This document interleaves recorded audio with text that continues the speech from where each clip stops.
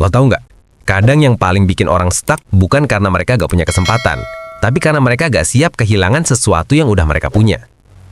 Kesuksesan tuh selalu kelihatan glamor dari luar, tapi kalau lo lihat lebih dalam, itu kayak sisi gelap dari bulan. Cantik tapi dingin, indah tapi sepi. Dan di balik semua pencapaian, selalu ada harga yang dibayar.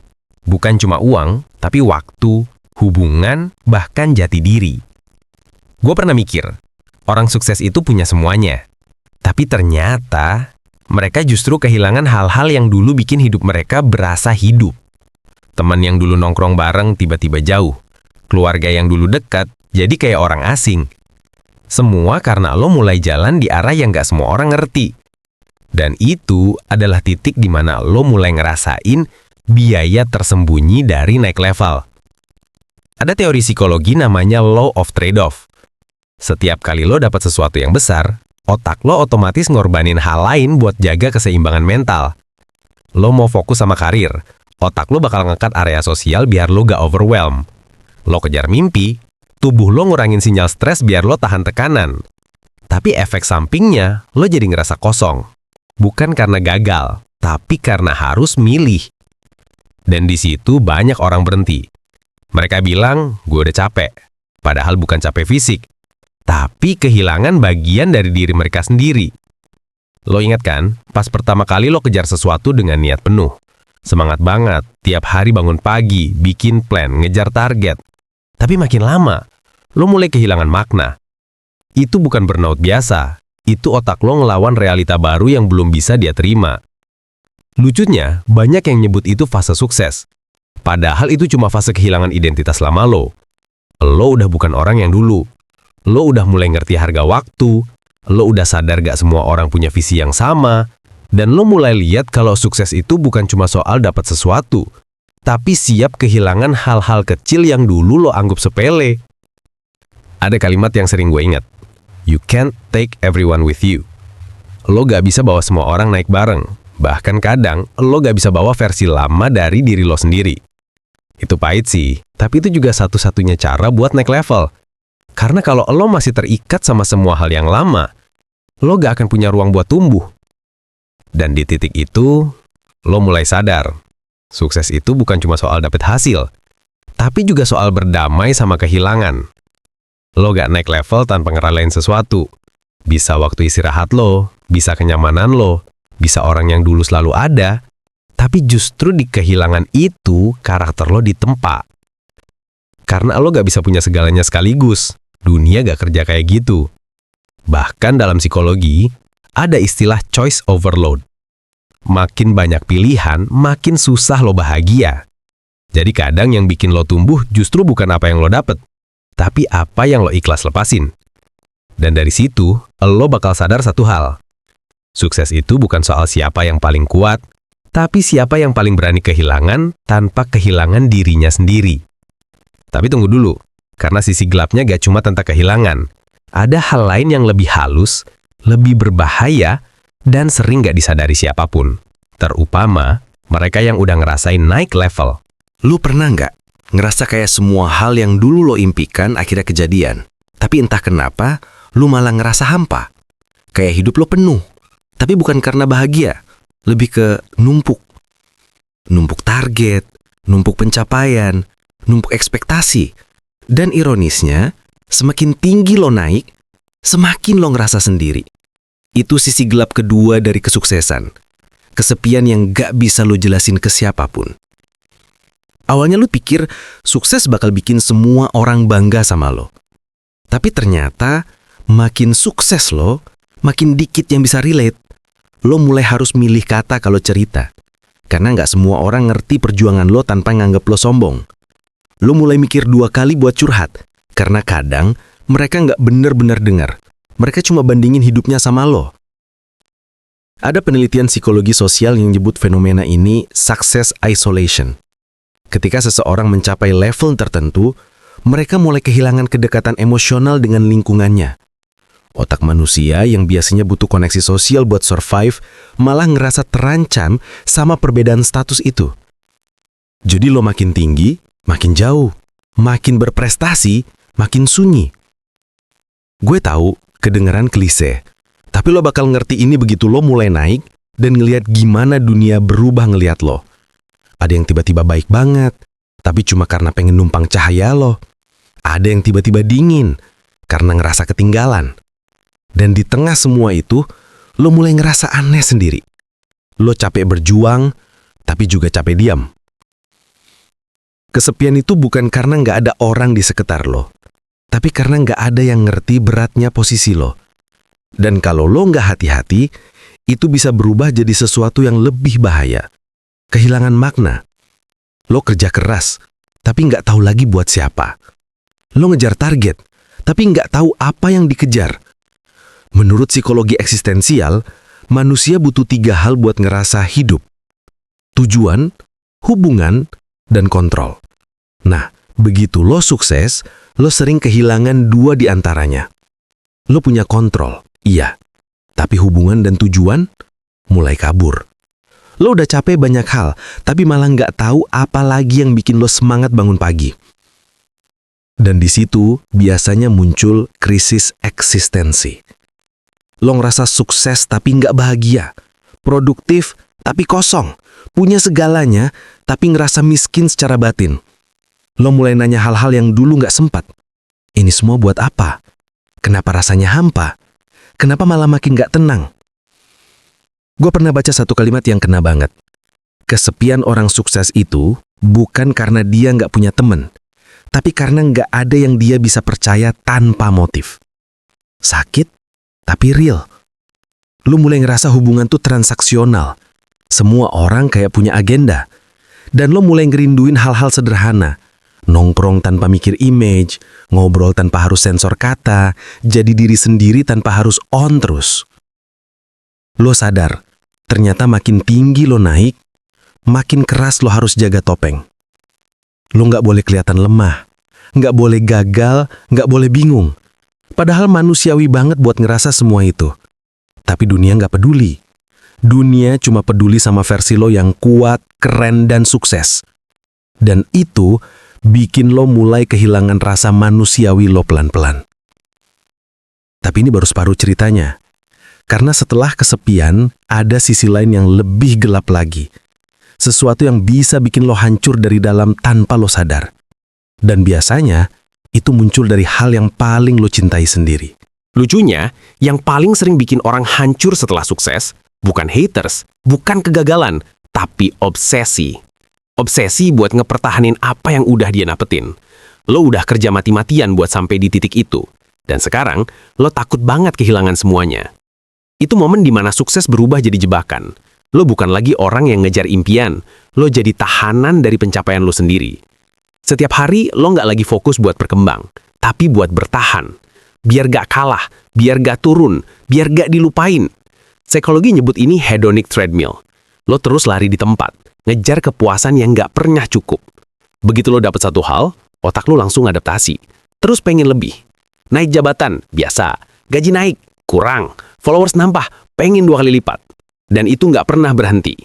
Lo gak sadar, lo udah berubah jadi orang yang punya ambisi, jadi orang yang dikendalikan ambisinya sendiri. Di titik itu, sukses bukan lagi bikin lo bahagia, tapi cemas. Lo takut kehilangan sorotan, takut dianggap gagal, takut orang bilang dia udah gak segila dulu. Lo mulai ngerasa semua orang ngeliatin lo. Padahal sebagian besar gak peduli. Tapi otak lo keburu rusak oleh ilusi ekspektasi itu. Gue pernah ngobrol sama orang yang sukses banget. Rumah udah kayak katalog arsitek, kerjaan mapan, dihormatin orang. Tapi pas dia ngomong, nadanya tuh kosong. Dia bilang, gue capek banget, tapi gak tahu gimana berhenti. Dan itu bikin gue mikir. Kadang sukses tuh bukan soal kuat ngejar, tapi kuat berhenti sebelum lo kebablasan. Ada penelitian dari Harvard yang bilang, setelah seseorang mencapai cukup dalam hal finansial atau status, tingkat kebahagiaan gak naik signifikan lagi, bahkan bisa turun. Karena makin banyak lo punya, makin besar energi mental yang kebuang buat ngejaga semua itu. Jadi intinya, sukses tuh bisa berubah jadi beban kalau lo gak tahu kapan berhenti ngerasa kurang. Dan disinilah letak sisi gelapnya. Lo mulai kehilangan kemampuan buat nikmatin hal kecil. Liburan gak lagi tentang tenangin diri, tapi tentang update story biar orang lihat lo masih di atas. Lo nongkrong bukan buat nyari temen, tapi networking. Lo kerja bukan karena cinta lagi, tapi takut kalah. Pelan-pelan, lo kehilangan makna asli dari kenapa lo mulai. Lo lupa rasanya ngelakuin sesuatu karena suka, bukan karena gengsi. Lo lupa gimana rasanya gagal tanpa takut dijudge. Lo lupa gimana rasanya jadi manusia biasa. Dan yang paling nyakitin apa? Lo mulai sadar semua pencapaian itu gak pernah cukup buat nutupin lubang di hati lo yang terus ngerasa kurang. Karena ternyata, semakin lo ngejar kesempurnaan, semakin lo ngerasa gak pernah cukup baik. Itu sebabnya banyak orang sukses yang akhirnya jatuh.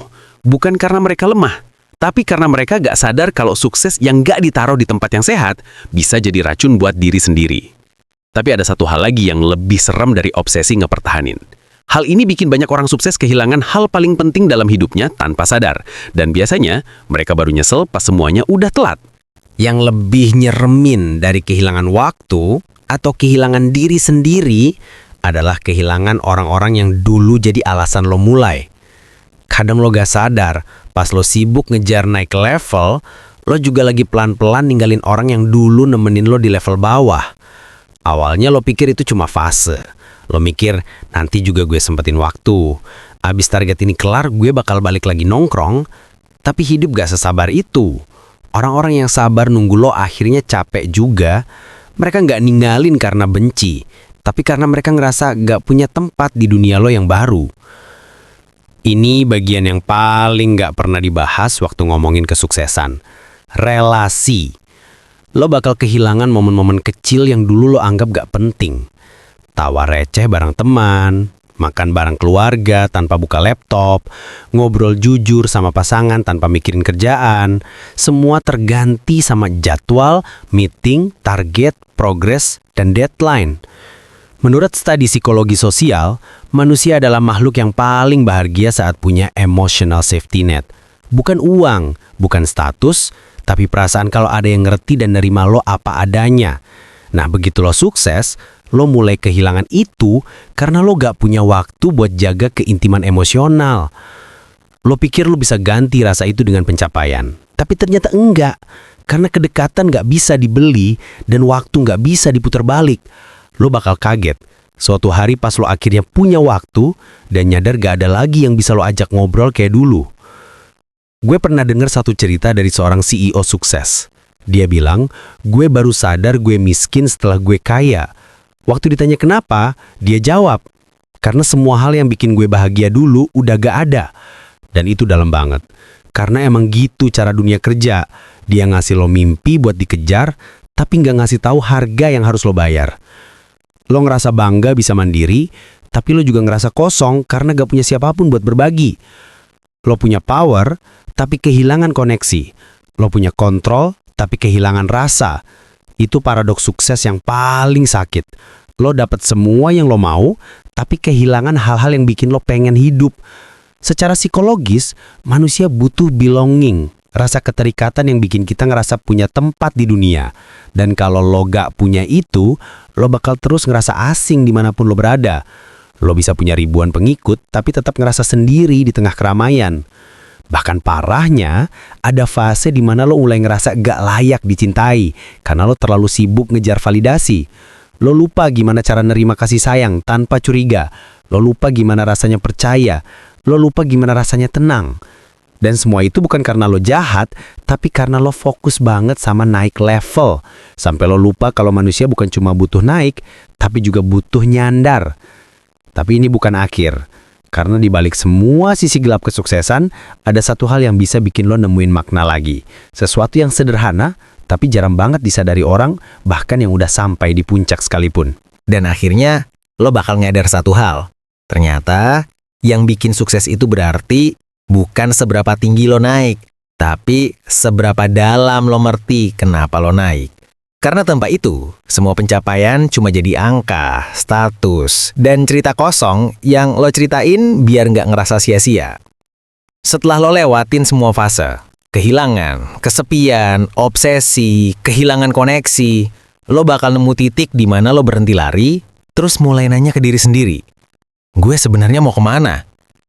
Pertanyaan sederhana, tapi berat banget. Karena jawabannya jarang jujur. Kadang lo gak kejar mimpi, lo cuma kabur dari rasa gak cukup. Lo gak pengen sukses, lo cuma pengen ngebuktiin sesuatu. Dan begitu semua udah kebukti, lo malah ngerasa hampa. Psikologi nyebut ini arrival fallacy. Ilusi kalau kebahagiaan bakal datang setelah lu nyampe di titik tertentu. Tapi pas lo sampai, lo sadar, titik itu cuma garis start baru dari rasa kosong yang lain. Karena ternyata, bahagia tuh bukan soal sampai, tapi soal jalanin. Di titik itu, lo bakal ngerti kalau sukses yang sehat itu bukan cuma soal dapat lebih banyak, tapi juga soal ngelepas hal-hal yang nggak perlu. Lo mulai ngerti arti keseimbangan. Lo mulai sadar kalau waktu tidur cukup, ngobrol sama orang yang benar-benar dengerin lo, atau sekedar duduk tenang tanpa ngapa-ngapain. Itu juga bentuk sukses. Dan pelan-pelan, lo mulai berhenti ngebandingin. Lo mulai bisa nikmatin proses lagi. Lo sadar kalau lo gak harus ngorbanin semua buat naik level. Lo cuma perlu tahu mana yang layak dikorbanin, mana yang enggak. Lo mulai ngerti, hidup gak selalu tentang menang, tapi tentang bisa tetap jadi manusia, meskipun lagi di atas. Lo mulai maafin diri lo karena pernah ngerasa lemah. Lo mulai nerima bahwa gagal itu bagian dari perjalanan. Lo mulai ngerasa tenang walau gak selalu produktif. Karena ternyata kesuksesan paling tinggi itu bukan punya segalanya, tapi bisa ngerasa cukup tanpa harus punya semuanya. Gue ingat satu kutipan dari psikolog Viktor Frankl. Sukses nggak bisa dikejar. Dia datang sebagai efek samping dari hidup yang punya makna. Dan itu bener banget. Lo gak perlu ngejar sukses sampai lupa hidup. Lo cuma perlu hidup dengan makna, dan sukses bakal datang dengan cara yang lebih tenang. Akhirnya lo bakal sadar, lo gak harus milih sukses atau damai. Lo cuma perlu tahu kapan harus ngebut, kapan harus rem, kapan harus kejar, kapan harus diem. Karena hidup bukan balapan, tapi perjalanan. Dan yang menang bukan yang paling cepat sampai, tapi yang masih utuh pas nyampe.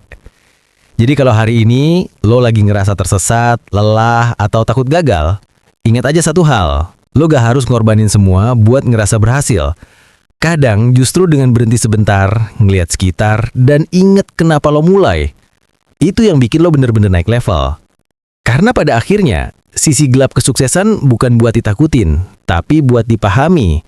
Karena cuma dengan ngerti sisi gelapnya, lo bisa nemuin cahaya yang sebenarnya.